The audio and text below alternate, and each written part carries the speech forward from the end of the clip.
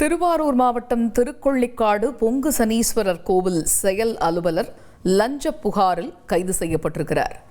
இது பற்றிய விவரங்களை எமது செய்தியாளர் மணிகண்டன் விவரிக்க கேட்போம். மணிகண்டன், இந்த சம்பவம் பற்றிய முழு விவரங்கள் என்ன? வணக்கம். திருவாரூர் மாவட்டம் திருக்கொள்ளிக்காடு பகுதியில் பிரசித்தி பெற்ற பொங்கு சனீஸ்வரர் கோவில் உள்ளது. இந்த கோவிலில் செயல் அலுவலராக ஜோதி என்பவர் பணியாற்றி வருகிறார்.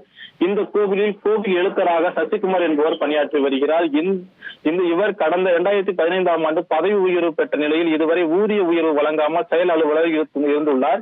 இந்த நிலையில் இன்று ஊதிய உயர்வு 2 லட்சம் வழங்குவதற்காக கூறி அதற்கு 1 லட்சம் லஞ்சம் தர வேண்டும் என செயல் அலுவலர் ஜோதியிடம் கேட்டுள்ளார்.